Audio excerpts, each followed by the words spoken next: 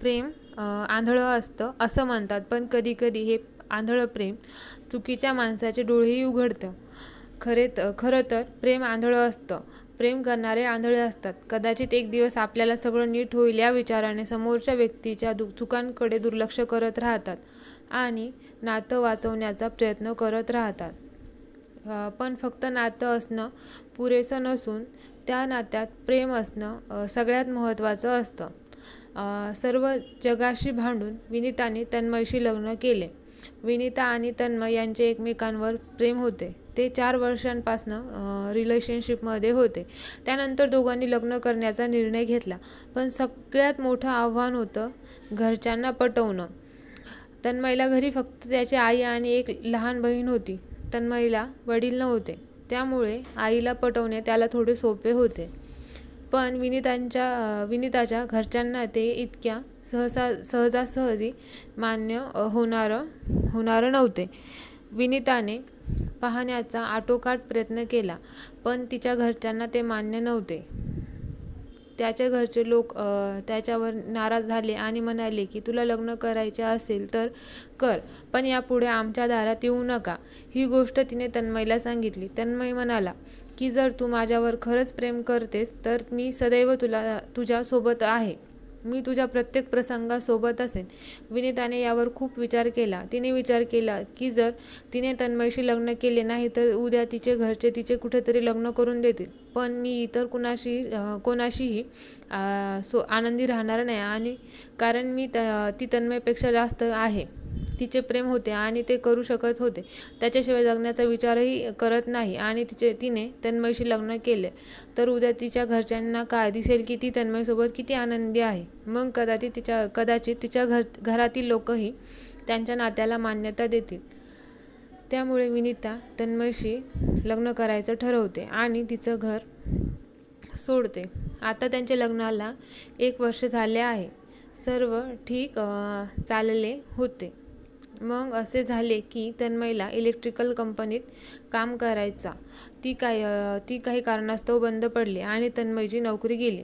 या सगळ्यानंतर त्याच्या घरात खूप कठीण दिवस जात होते. तन्मय दुसरी नोकरी शोधत होता, पण कुठेच काही काम होत नव्हते. विनीता ब्युटी पार्लर चालवायची आणि त्यातून आलेल्या पैशातून घर चालायचे. तन्मय खूप अस्वस्थ होऊ लागला. तो रोज संध्याकाळी दारू पिऊन घरी यायचा आणि घरात गोंधळ घालायचा. विनीता त्याला इतकं समजवायची की असं करू नको, सगळं ठीक होईल, तुला लवकरच नोकरी मिळेल. पण तन्मय तिला शिवीगाळ करून हाकलून द्यायचा. या सगळ्यामुळे विनीतासुद्धा खूप अस्वस्थ झाली होती की मी सर्व काही सोडून लग्न केलं आणि आता हे सगळं घडत आहे. तिला तिच्या आईवडिलांची आठवण येऊ लागली, पण ती त्यांच्याशी बोलूही शकत नव्हती. स्वतःहून घरी निघून गेली. तू आलेस ते कर. 1 महिना झाला होता. काही ठीक नव्हते. तन्मय रोज दारू पिऊन यायचा आणि घरात गोंधळ घालायचा. त्याच्या आई आणि बहिणीने त्याला खूप समजावले. विनीताही स्वतःहून तन्मयसाठी नोकरी शोधत होती. एकदा तर विनीताला तन्मयची इलेक्ट्रिकल दुकानात नोकरी लागली, पण तिथं तिला ते आवडलं नाही आणि 15 दिवसात ती नोकरी सोडून गेली. एवढं होऊनही विनीता आणि तन्मयशी प्रेमाने वागायचे. तन्मय दिवसभर घरीच असायचा आणि विनीता दिवसभर ब्युटी पार्लरमध्ये काम करायची. संध्याकाळी घरी आल्यावर सगळ्यांसाठी जेवण बनवायचे आणि घरची कामं करायची. तन्मय आता विनीताशी फारसा बोलतही नव्हता. विनीताशी वाटेल ते करायचे. असेच बरेच दिवस निघून गेले होते. तन्मयला बघितले की विनीता कधी त्याच्याकडे तक्रार करत नसे, कधी ती मूकपणे घरभर सांभाळून घ्यायची. तन्मयला हे सगळं बघून खूप वाईट वाटत होतं. लग्नानंतर त्याने काही सुख दिलं नाही. विनीता तिचीही काही स्वप्ने असतील, इच्छा असतील. या सगळ्यांचा विचार करून एके दिवशी तो विनीताला म्हणाला की मला काही पैसे हवे आहेत, तुम्ही देऊ शकता का? विनीताने तन्मयकडे काहीच मागितले नाही आणि तिने तिचे वाचवलेले 20,000 रुपये तन्मयला दिले.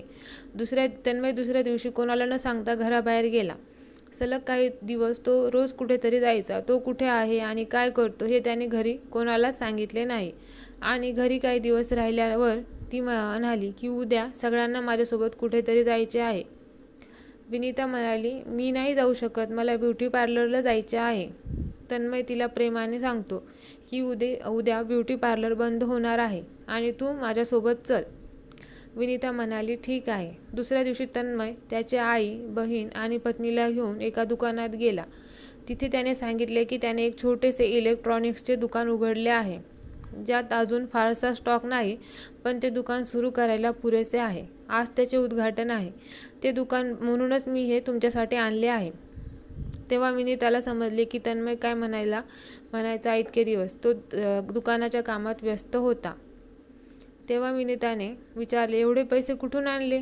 तन्मयने सांगितले की 20,000 दिले आहेत. बाकीचे काही मित्रांकडून उसने घेतले आहेत. ते हळूहळू परत करीन. हे सर्व पाहून तन्मयची आई, बहीण आणि विनिता यांना खूप आनंद झाला. विनिताला बरे वाटले की तन्मय आता बदलतोय. त्याला आता कुटुंबाच्या जबाबदाऱ्या कळत आहेत.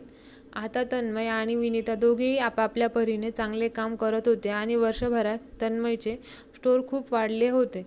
मग त्याने सर्वांचे कर्ज परत केले. विनिताच्या प्रेमाने तन्मयला पूर्णपणे बदलून टाकले होते आणि आता त्यांचे कुटुंब कोरडे आणि सुखी कुटुंब होते. प्रेम ही एक भावना आहे, जे मनापासून नाही तर मनापासून असते. प्रेम हे अनेक भावनांनी बनलेले असते, ज्यामध्ये विविध विचारांचा समावेश असतो.